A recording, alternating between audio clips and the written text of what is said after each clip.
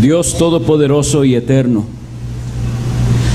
nos acercamos a ti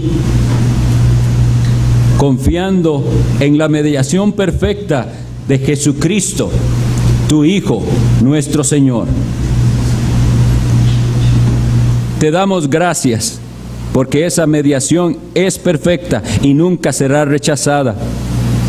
Hemos invocado su nombre y por lo tanto creemos que tu presencia es real aquí en medio de nosotros. Sin embargo, a causa del pecado, habrá muchos que no perciben que tú estás aquí, ni conocen, ni entienden de qué se trata tu santa presencia. Por eso pedimos que envíes el poder de tu Espíritu Santo por tu palabra predicada, para que no salga una sola persona de este culto sin haber reconocido que tú hablaste desde los cielos, que tú hablaste por tu palabra escrita. Te necesitamos y pedimos tu bendición, tu auxilio. Ni siquiera somos conscientes de cuánto te necesitamos. Haznos tú conscientes de nuestra miseria sin Cristo. Que hoy tu Santo Espíritu llame a pecadores al arrepentimiento y que hoy tu pueblo sea bendecido y glorifique el nombre de Jesucristo. Lo pedimos en su nombre. Amén.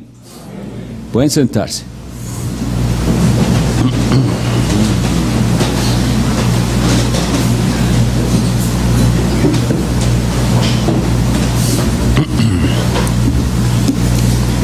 Continuamos en la serie de sermones en la carta del apóstol Pablo a los Gálatas. Y entonces abrimos la escritura en Gálatas, la epístola a los Gálatas, capítulo 1.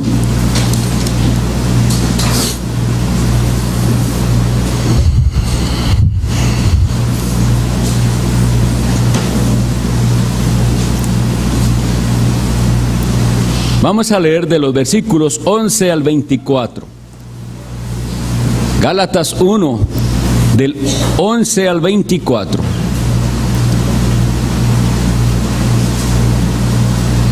Esto dice la palabra de Dios: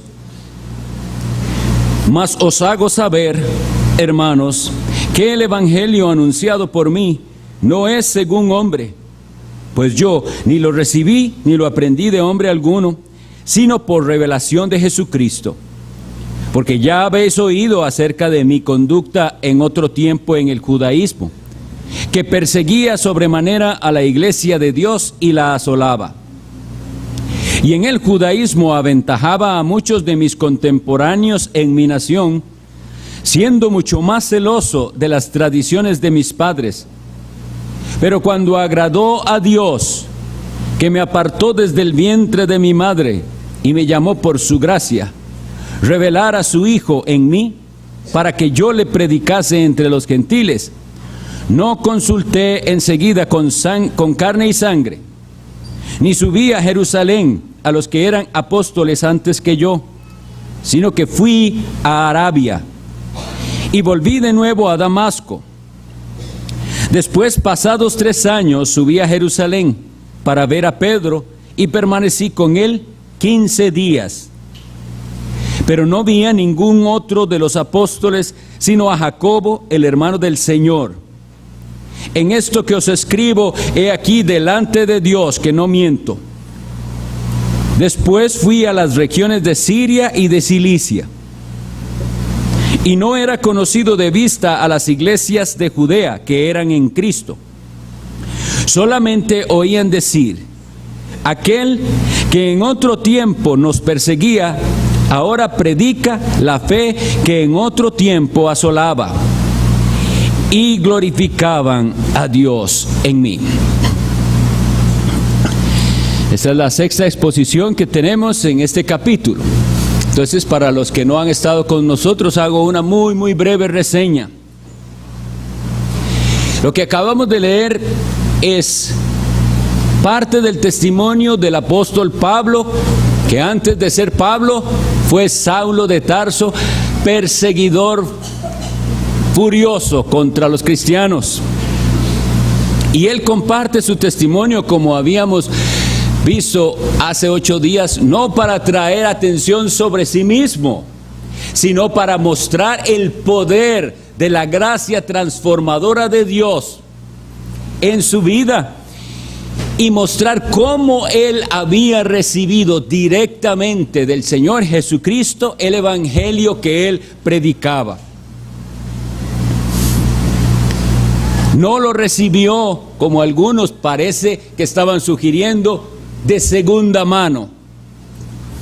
Pablo necesitaba esclarecer o dejar bien fundamentado la procedencia del evangelio que él predicaba en estos momentos en que estaba siendo tan atacado su mensaje. Y recuerdan que habíamos visto esas dos cosas. Estaba siendo atacado el mensaje y el mensajero. Entonces él necesitaba aclarar eso, y eso lo vamos a estar viendo en toda la epístola, una defensa constante del mensaje y del mensajero que recibió directamente de Cristo la comisión. Bueno, como también habíamos visto, Pablo era una de esas personas que uno pensaría que no se convertiría jamás. Esa era la clase de hombre que él era. Nosotros a veces pensamos en personas a las que se les ha hablado de Cristo, se les expone el evangelio, y a veces hablamos de personas muy duras. Ese es muy duro, muy difícil ese. Pablo era de esos casos que parece imposible, según como él era y lo que creía con tanta convicción, y por su carácter y por su formación, todo apuntaba, es imposible que algún día llegue a convertirse. Y Dios muestra el poder de su gracia, cambiándole su corazón. Y eso fue lo que vimos la vez anterior. Hoy vamos entonces a ver un poquito de Pablo después de su conversión y luego del resultado de su labor reciente después de su conversión. Entonces, habíamos leído en el libro de los Hechos, no vamos a ir ahí ahora porque estuvimos leyéndolo, que cuando él llegó, iba camino a Damasco y tuvo esa visión, no visión, más bien aparición, porque también habíamos aclarado eso, que no es lo mismo una visión que una aparición. Cristo mismo apareció a Saulo de Tarso y él postrado, hubo esa comunicación, queda ciego, se va. Y dice que estuvo 3 días en Damasco sin comer ni beber. Y el Señor envía a un hombre llamado Ananías, a un creyente fiel, un hombre temeroso de Dios. Y Dios le dice, vaya y busque en una calle que se llama Derecha, en la casa de un hombre que se llama Judas. Ahí hay un hombre que se llama Saulo. Él es de Tarso. Y según dice la Escritura en Hechos, él está orando. Vaya, porque él está orando. Y vemos entonces ese poder transformador de la gracia. ¿Qué hace la gracia de Dios en un pecador? Lo postra de rodillas. Eso es lo que hace. Y aquel hombre que tenía 3 días sin comer y sin beber, recibe a Ananías. Y Ananías, que primero tenía temor, dice, ¿cómo voy a ir donde este señor si yo sé todo de él? Y es un perseguidor, y habíamos descrito hace 8 días una imagen de cómo podrían haber sido esas persecuciones, y por eso había temor. Pero él dice, Dios me dice que vaya, yo voy a ir. Y ora por Pablo, le impone las manos. Dice la Escritura que de sus ojos cayeron como escamas, porque había quedado ciego, ¿verdad? Recibió la vista. Y Ananías le dice, ¿ahora qué hay que hacer? Ahora sé que es creyente. Bautizarse, dar ese testimonio de que ahora usted es de Cristo, que está unido a Cristo. Y él se bautiza. Y según nosotros, no es el tema de de lo que estamos hablando, pero es bueno aclararlo y refrescarlo. ¿Y qué se representa en el bautismo? Es la unión con Cristo en su muerte y en su resurrección. Y por eso el creyente que has convertido, que ha nacido de nuevo, es sumergido en el agua y dice: yo he muerto al pecado y Dios me ha dado vida nueva, ahora resucité con Cristo, no soy el mismo de antes. Todo eso sucedió con Ananías, con Pablo a través de Ananías. Pero entonces aclaremos aquí que lo de Ananías fue una confirmación para Pablo. Dios ya había tratado con Pablo, ahora Dios viene y confirma a Pablo por medio de Ananías. Pero no es Ananías quien le da el evangelio a Saulo de Tarso, que después es el apóstol Pablo. No es él, no es quien le instruye en las verdades del evangelio y de las escrituras, no es Ananías.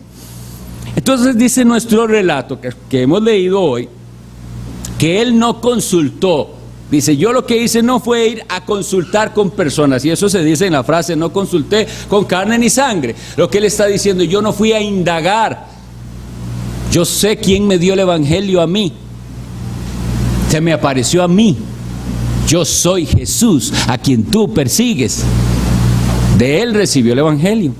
Y luego nos dice que esto no aparece en los hechos, pero no debemos pensar que Lucas estaba haciendo un recuento detallado de cada cosa de los pasos de Pablo. Ahora el apóstol Pablo nos da un dato más. ¿Qué hizo él? Dice: se fue para Arabia. ¿Saben a qué se refiere se fue para Arabia? ¿Y qué es lo que hay en Arabia? Nada, es desierto. Entonces, hombre que se retira, él dice, más bien en lugar de consultar con hombres, se fue al desierto. Algunos comentaristas creen que ese espacio que él se estuvo en el desierto fue de esos 3 años. Puede ser que sea así, pero cuánto haya sido que estaba ahí, no es lo importante, es él se retiró a estar solo con Dios. Un verdadero retiro espiritual. Hoy en día le dicen retiros espirituales a cosas que no tienen nada de espiritual, y todo es emocional y todo es puras actividades. Esto es un verdadero retiro, a estar solo con Dios. Bueno, pues eventualmente regresa a Damasco y entonces comienza a anunciar el evangelio, comienza a predicar, a hablar de lo que ahora está convencido, que Jesucristo es el Mesías prometido, el Hijo de Dios, y así lo presenta. Y de una vez va a ver que viniera toda la oposición contra aquel hombre. Aquel perseguidor se volvió perseguido. Cuando nosotros vemos el relato del apóstol Pablo, no debemos pensar, aunque hay algo particular en su historia como apóstol, es algo particular, y hemos visto creo que ampliamente en la primera sesión, que el apostolado se terminó como un don para la iglesia, que ya no hay más apóstoles en la actualidad verdaderos, y que los apóstoles que hoy en día se dicen apóstoles son falsos. Eso nosotros lo habíamos visto. Sin embargo, cosas y detalles de lo que sucedió a Pablo y lo que Dios hizo en su vida y cómo él reaccionó, claro que tienen para nosotros una enseñanza. No puedo simplemente decir eso era para el apóstol Pablo y ya. Hay enseñanzas para nosotros, por eso quedaron aquí registradas en las Sagradas Escrituras, en el Nuevo Testamento. Y entonces él regresa a Damasco, y luego también dice que después decide ir a Jerusalén, pero esto es hasta después de aquellos 3 años. Y por ser 3 años, algunos también ya esto sí pienso yo que es especulado, ¿verdad? Son ideas que cuando las personas están estudiando la Biblia dicen, podría ser que eso pase. Tenemos que aprender a diferenciar esto. de cosas que podrían ser así, pero no debemos afirmarlas porque no tenemos seguridad de que sean así. Solo son cosas que cuando vamos leyendo la Biblia son posibilidades. Y entonces alguien sugería, de los comentaristas de la Biblia, que así como los otros discípulos estuvieron 3 años con Cristo, ahora que era un apóstol de Jesucristo también, iba a ocupar ese periodo de preparación. Bueno, podría ser. Pero sea como sea, lo que sigue es que entonces él dice, vamos al versículo 18. Después, pasados 3 años, subí a Jerusalén para ver a Pedro y permanecí con él 15 días. Pero no vi a ningún otro de los apóstoles, sino a Jacobo, el hermano del Señor. En esto que os escribo, he aquí delante de Dios que no miento. Después fui a las regiones de Siria y de Cilicia. Y eso donde dice Cilicia es a Tarso, de donde él era también. Entonces vean lo que tenemos. Dice que pasados 3 años va a Jerusalén. Se queda 15 días y ve solamente a 2, que es a Pedro y a Jacobo. Este Jacobo es el Santiago del que nosotros tenemos una epístola. En 15 días tampoco, él hace énfasis en cuánto se quedó precisamente para decir, esos 15 días no fueron el periodo en el que yo recibí el Evangelio, ni la doctrina que yo sostengo, no. Fueron 15 días. Ahora, claro que nos imaginamos aquel encuentro. Estoy hablando con gente que estuvo con mi Señor cuando Él estuvo caminando aquí en la tierra. Claro que sí le podían compartir muchas cosas, gozarse juntos en el Señor, alegrarse y entablar esa comunión bella que tienen todos los hermanos cuando se encuentran. Todos cristianos cuando se encuentran con otros verdaderos cristianos van a tener comunión, y eso hubo aquí. Sin embargo, él, como les digo, habla de 15 días como para decir, esa no fue una visita en la que yo haya sido instruido en doctrina. A quienes vio entonces solamente a Pedro y a Jacobo. Y luego esto es tan importante para Pablo por causa del ataque, porque vean que él dice, en esto que os escribo, he aquí delante de Dios que no miento. Esta es la forma en que él está haciendo un juramento. Yo estoy hablando con la verdad, así fue. ¿Por qué? Porque hay atacantes, hay gente que está dándolo a Pablo como un mensajero de segunda clase y como diciendo, ¿recuerdan que les había dicho eso? Que no es que rechazaban el mensaje de Pablo como diciendo, está incorrecto. No, está todo bien eso, lo que pasa es que le falta algo. Estaban diciendo o insinuando que lo que Pablo predicaba le faltaba algo. Está incompleto. A mí me da tristeza a veces cuando la gente habla del evangelio completo. Porque muchos de los que proponen un evangelio completo no conocen el evangelio. Bueno, estos atacantes de Pablo estaban diciéndole algo así. Él tiene el evangelio pero no lo tiene completo. Tenemos que hacer más cosas. Tenemos que completar. Y vean lo serio de esto. Por esa causa fueron los anatemas. Por esa causa Pablo habla con ese rigor y con esa emoción negativa antes. Sea anatema el que predique otro evangelio diferente. ¿Por qué? Porque está usted diciéndome que lo que Jesucristo hizo en la cruz no es suficiente para salvar pecadores y que yo tengo que hacer algo más. ¿Qué le faltó a Jesucristo? Eso es la gran pregunta. Entonces, por eso es que él enfatiza, delante de Dios, no miento en lo que estoy diciendo. Yo no recibí lo que predico de los hombres, viene de Jesucristo. Y sin embargo, como después veremos también, hay una correspondencia, hay una confirmación. No hay un evangelio para judíos y otro para gentiles. Es un solo evangelio porque es un solo pueblo de Dios.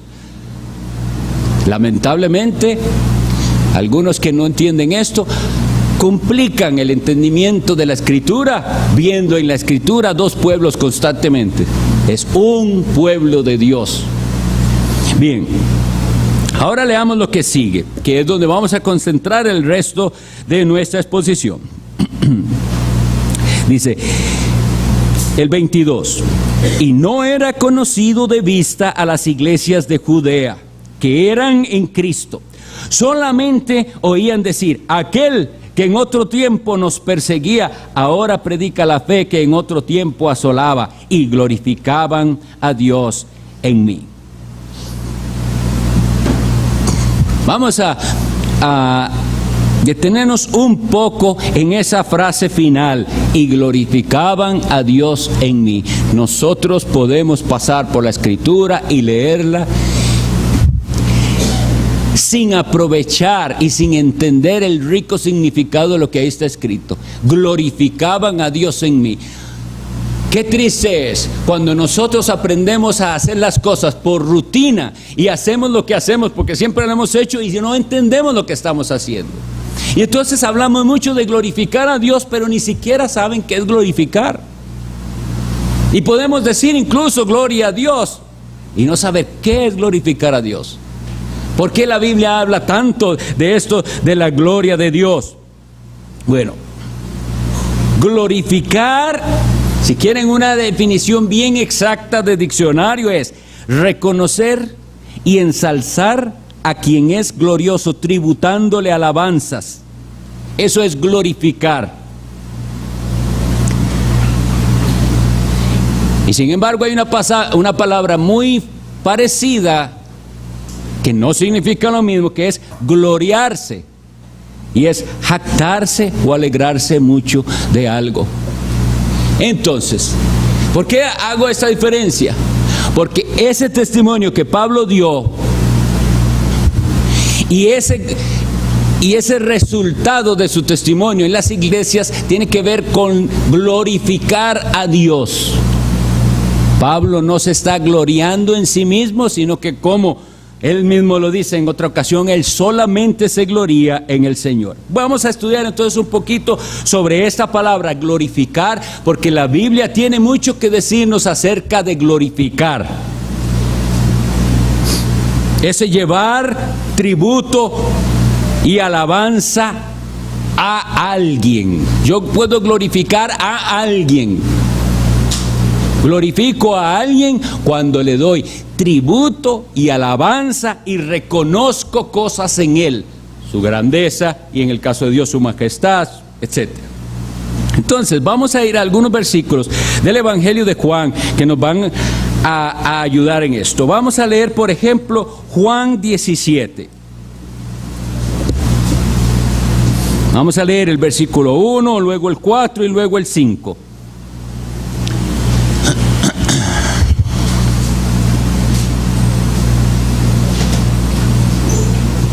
Estas cosas habló Jesús, y levantando los ojos al cielo, dijo: Padre, la hora ha llegado, glorifica a tu Hijo, para que también tu Hijo te glorifique a ti.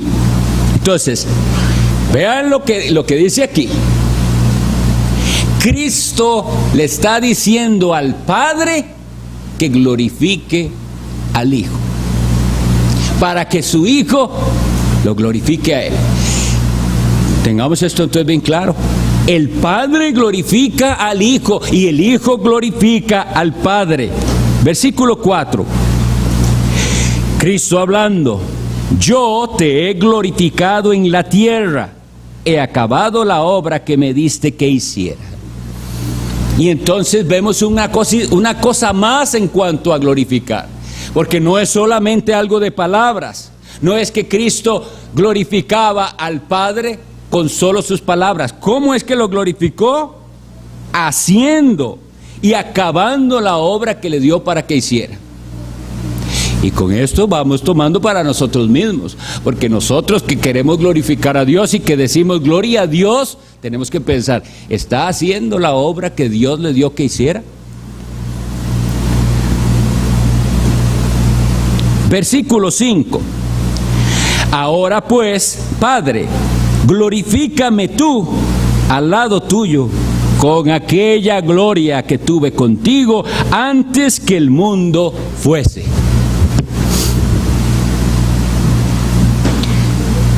Dios es glorioso y hay gloria en la Trinidad. El Padre glorifica al Hijo y el Hijo glorifica al Padre. Pero hay un más. El Espíritu Santo glorifica a Cristo. Juan 16, 14. Estamos ahí cerquita hablando de cuando venga el Espíritu Santo prometido. Nuestro Señor Jesucristo dice así, Juan 16, 14.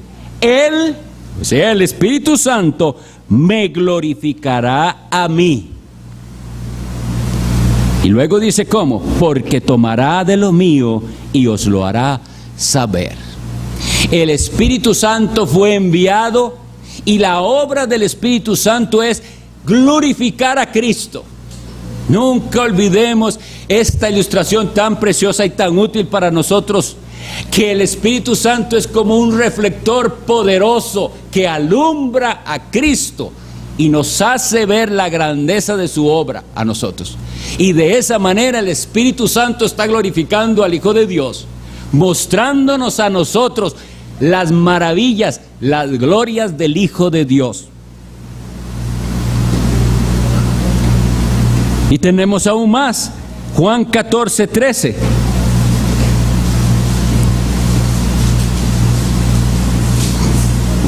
Y todo lo que pidieres al Padre en mi nombre, dice Cristo, lo haré.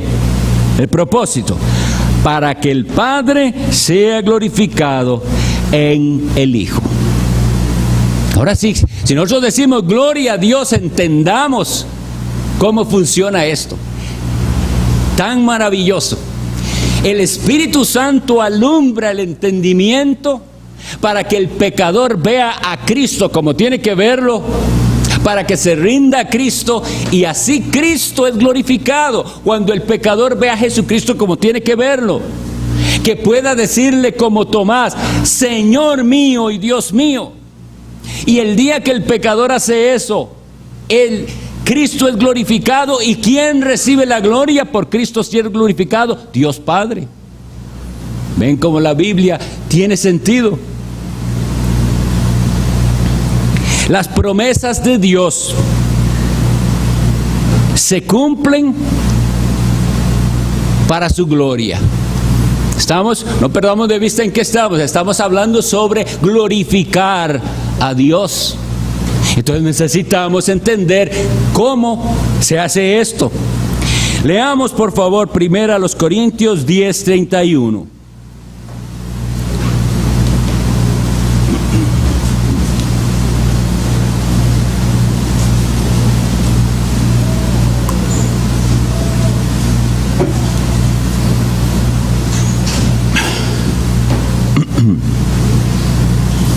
Primera a los Corintios 10, 31. Si pues coméis o bebéis o hacéis otra cosa, hacedlo todo para la gloria de Dios. Este es uno de los versículos que nosotros damos de soporte y de apoyo a la primera pregunta del Catecismo Menor, que dice: ¿cuál es el propósito principal del hombre? El propósito principal del hombre es glorificar a Dios y disfrutar de Él para siempre. Y entonces nos apoyamos en este versículo que dice que todo debemos hacerlo para la gloria de Dios. Y el apóstol Pablo dice y menciona cosas muy básicas como comer y beber. Y si comer y beber, que es de las cosas más básicas que hacemos, tenemos que hacerlo para la gloria de Dios, todo debemos hacerlo para la gloria de Dios. Pero a lo que yo llamo la atención de ustedes es a lo fácil que nosotros podemos simplemente aprender cosas y repetirlas y no estar entendiendo nada. ¿Cómo es glorificar a Dios?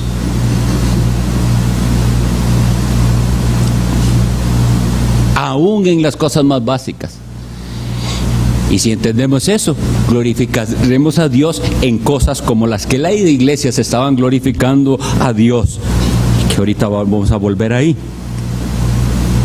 Entonces, todas las cosas hechas para la gloria de Dios, para que Dios sea exaltado, para que Dios sea enaltecido. Qué triste debe sentirse todo aquel que dice conocer a Dios, que dice tener a Cristo y que sabe que sus obras no llevan gloria a Dios, sino que llevan ofensa a Dios y al Evangelio y a la iglesia de Dios. Debe haber dolor en nuestro corazón cuando hemos hecho cosas que en lugar de exaltar a Dios, traen vergüenza a la iglesia de Dios y al Evangelio de Cristo. Pero bueno, damos un paso más entonces con respecto a esto de glorificar a Dios y de la gloria de Dios. Leamos entonces en 2 Corintios capítulo 1.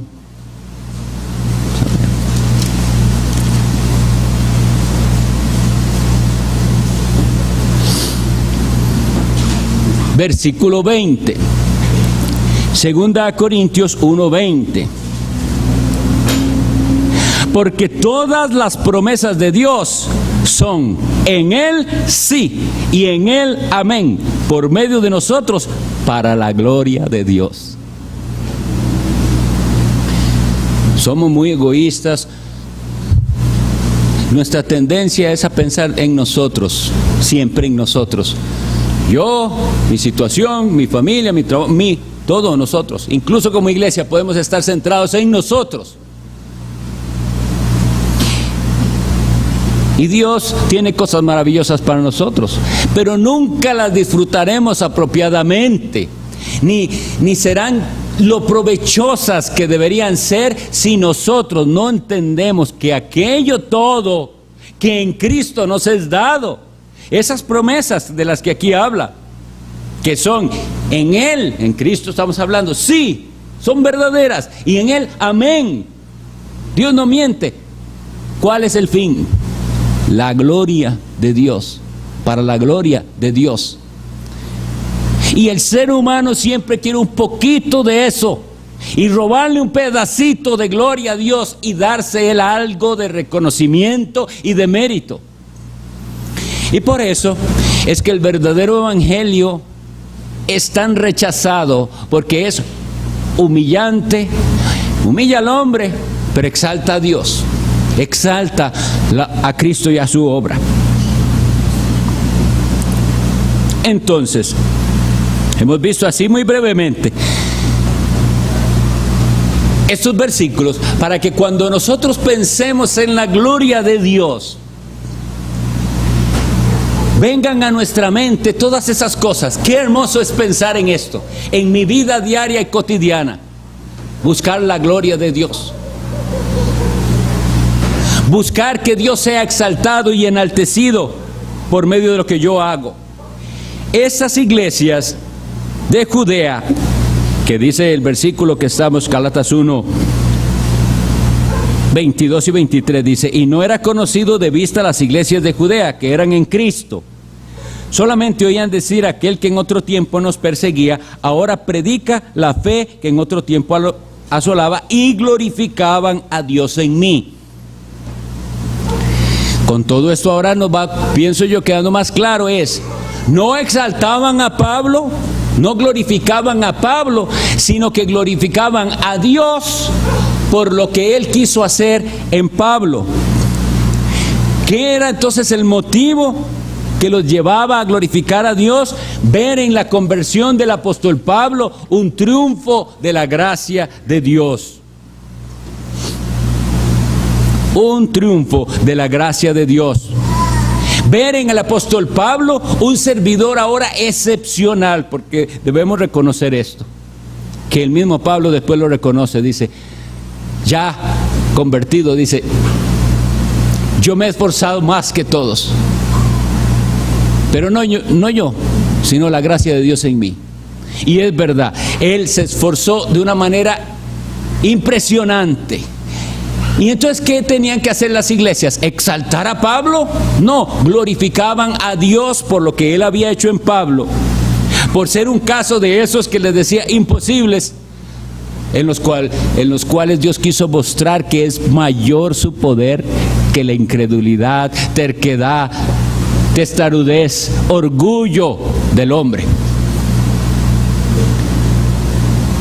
Y volviendo a lo que habíamos dicho, no es así como la gente cree. Bueno, Dios quería salvarlo, pero él que era demasiado orgulloso, demasiado rebelde, no se humilló, entonces no pudo. Viene la gracia de Dios, el Cristo conquistador, y pone en el corazón del pecador la bandera y dice: este territorio es ahora de propiedad de Cristo.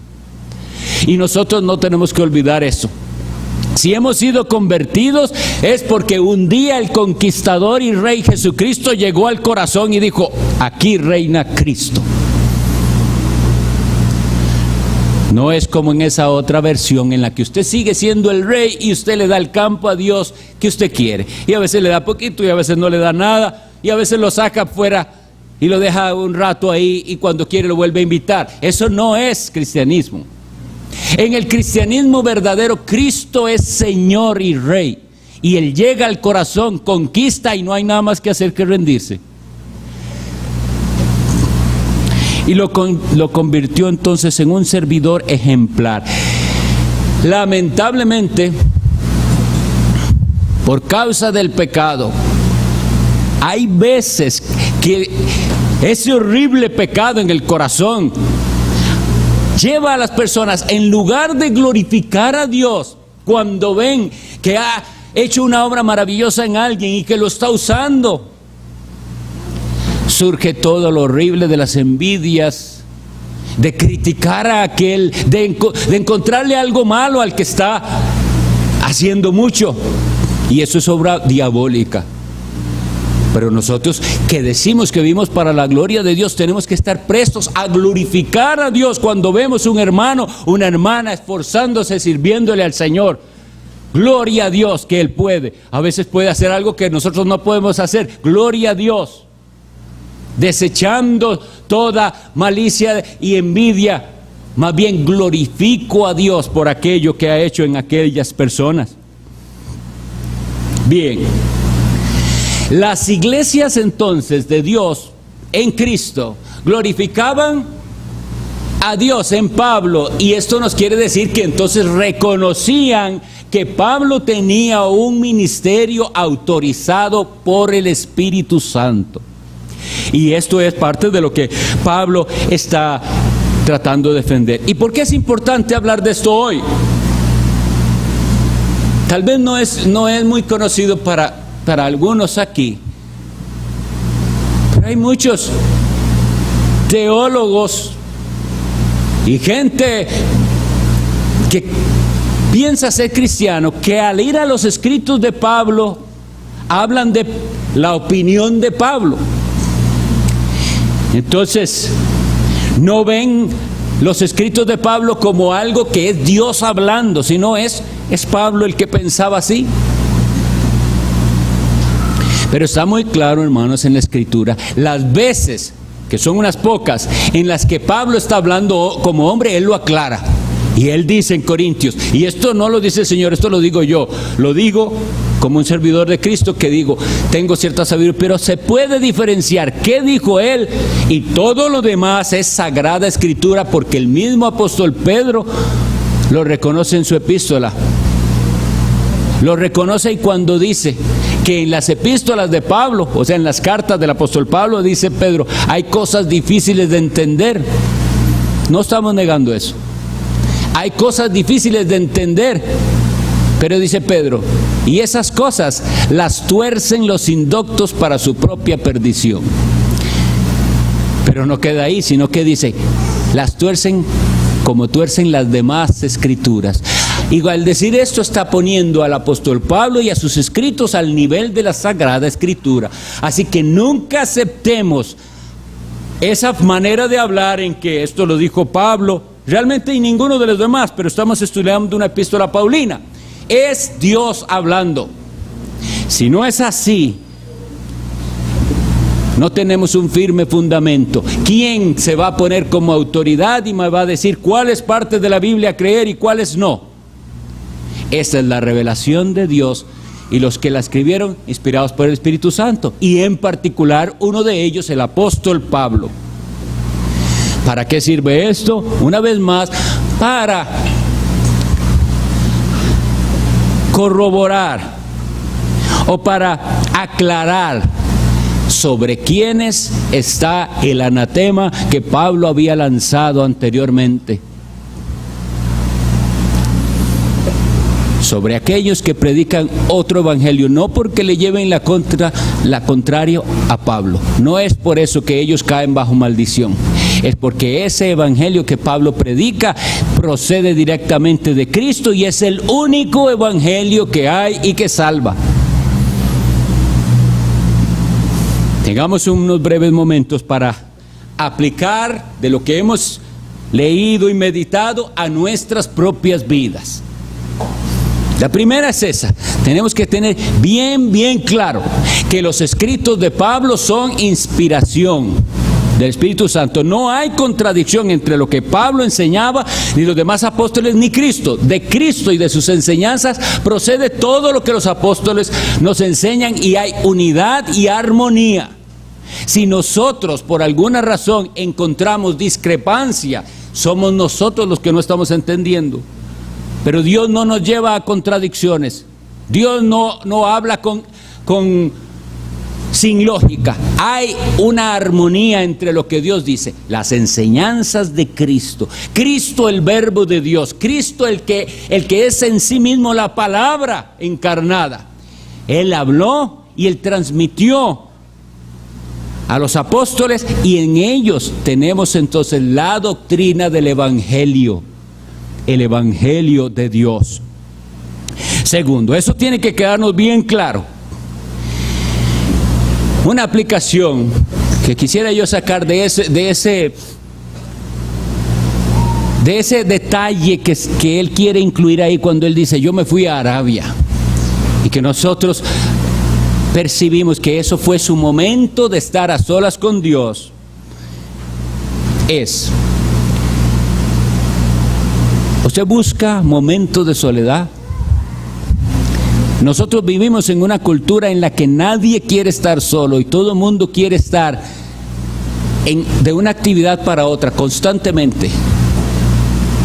Aquel que de verdad ha sido despertado del sueño de muerte, aquel cuya conciencia ha sido despertada, buscará momentos de soledad.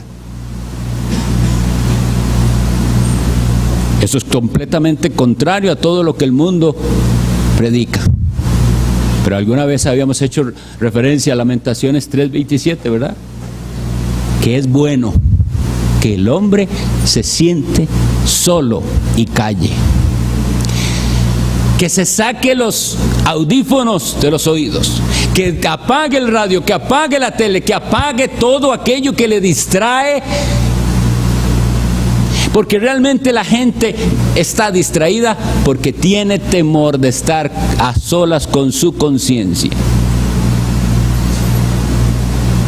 Pero si ya Dios le ha despertado, y si ya Dios le ha mostrado al Salvador en Jesucristo, también es necesario ese momento de soledad, de intimidad. Y por eso oraba ahora para que nosotros seamos conscientes cada vez más de la presencia de Dios. Porque la gente tiene extrañísimas ideas de lo que es la presencia de Dios. Pero Él está, y Él habla, y Él se comunica. Qué triste cuando la gente vive sin comunicarse con Dios y sin recibir de Dios nada. Vienen al culto y Dios no habló para ellos. Ese momento de soledad. Me fui a Arabia, yo me lo imagino así. Me fui a hablar con Dios y a derramar mi alma delante de Él y a escucharle, a indagar en las Escrituras, porque era por las Escrituras que Pablo demostraba que Jesús era el Cristo.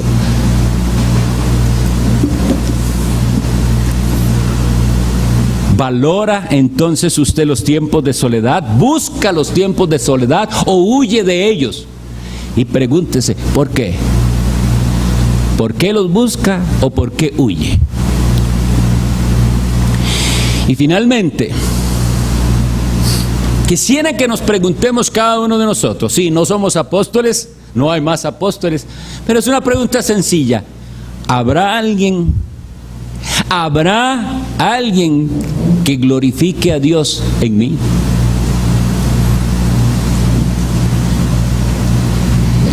¿Habrá alguien que se vea motivado a alabar a Dios por mi causa? Lo triste es que a la iglesia de Dios hay que a veces decirle lo que mismo le dijo Dios a Israel en el antiguo pacto, que dice: el nombre de Dios es blasfemado entre los gentiles por causa de vosotros. Ustedes son los que traen vergüenza a la fe. Y si eso está pasando o ha pasado entre nosotros, hay que arrepentirnos de eso y desear que de nosotros, que a causa de nosotros, que a causa de nuestras palabras, que a causa de nuestras acciones, de nuestra manera de ser, de nuestra actitud, alguien glorifique a Dios. Porque esto es precioso. Las palabras de Pablo es: y glorificaban a Dios en mí. ¿Qué ve el mundo en usted? ¿Qué ve en sus parientes? ¿Qué ve su vecino? ¿Qué ven sus hijos en usted? ¿Qué ven sus hermanos, etcétera? ¿Qué ven en usted sus compañeros de trabajo? ¿Qué ven? ¿Ven sus buenas obras? Porque recuerden que está escrito: así alumbre vuestra luz delante de los hombres. ¿Para qué?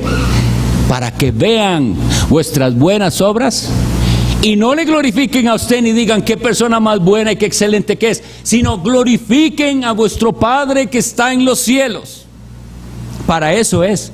Y ahí es donde se ve la diferencia, porque sí hay gente haciendo cosas, pero lo que están buscando es el reconocimiento, que digan qué bueno es y qué misericordioso y qué... No, lo que quiero es que exalten a mi Dios. Lo que quiero es que vean que si algo hago yo bien, lo hago porque Él está en mí, porque Él me perdonó, porque Él me cambió, porque Él está en mí. Esa es la pregunta. ¿Habrá alguien que glorifique a Dios en usted? ¿Habrá alguien? Yo creo que sí, que glorifica a Dios en esta iglesia por lo que ve que Dios hace aquí. Gloria a Dios por lo que Él está haciendo aquí y lo que está haciendo en donde quiera que lo haga Dios. Gloria a Dios. Sea exaltado Dios por lo que Él está haciendo. ¿Qué está haciendo? Dándole vida a los que están muertos espiritualmente, rescatando esclavos del pecado. Gloria a Dios por eso. Y estos casos imposibles, nunca caigamos en esa trampa del enemigo de pensar que hay casos imposibles, porque la Biblia está llena de casos imposibles en los que Dios mostró su poder, y el apóstol Pablo es uno. Pero, como les decía, aunque ustedes y yo no somos el apóstol Pablo, así debemos sentirnos. Yo mismo era un caso imposible y nadie hubiera pensado que pudiera cambiar, pero la gracia de Dios se manifestó para cambiar un corazón orgulloso, un corazón que amaba el mundo y el pecado, y que ahora ame ¿a quién? A Cristo. ¿Se puede decir esto de usted? No salga del culto tratando de olvidar lo que aquí hablamos, que esa es una tendencia. Salga y vaya y busque ahora o después momentos de soledad para meditar en lo que Dios puede hacer en la vida de aquellos que con un corazón arrepentido se rinden a Jesucristo. Que el Señor lo haga en esta noche. Vamos a orar.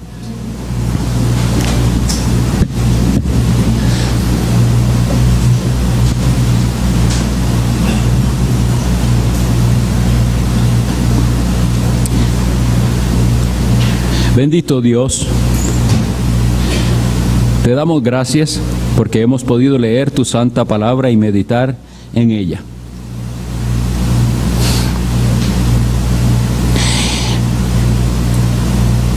te rogamos que tu Santo Espíritu use esta palabra y que Él la haga penetrar en nuestros corazones y que nos dé a todos nosotros corazones sensibles y tiernos, corazones que se derritan ante el sol de justicia. Tú sabes quiénes aquí ponen resistencia, se oponen y como Saulo dan coces contra el aguijón. Atráelos a ti. Concédenos ver triunfos de tu gracia.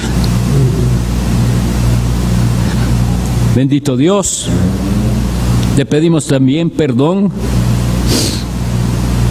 por ocasiones en que nosotros, en vez de glorificarte, en vez de llevar gloria al nombre de nuestro Señor Jesucristo, hemos traído vergüenza y reproche. Pedimos perdón por el estado del cristianismo en nuestro tiempo. Y levántanos a nosotros como una iglesia que está dispuesta a levantar el testimonio del Evangelio. A pesar de las críticas, a pesar de la oposición de afuera y la oposición de adentro, que podamos vencer al enemigo en el nombre de Cristo. Glorifica, oh Dios, el nombre de tu Hijo Jesucristo en medio de nosotros y enséñanos a nosotros por tu Espíritu a dar gloria y honra al Salvador, porque así es como tú la recibes. Sea bendito el nombre del Señor Jesucristo. Amén.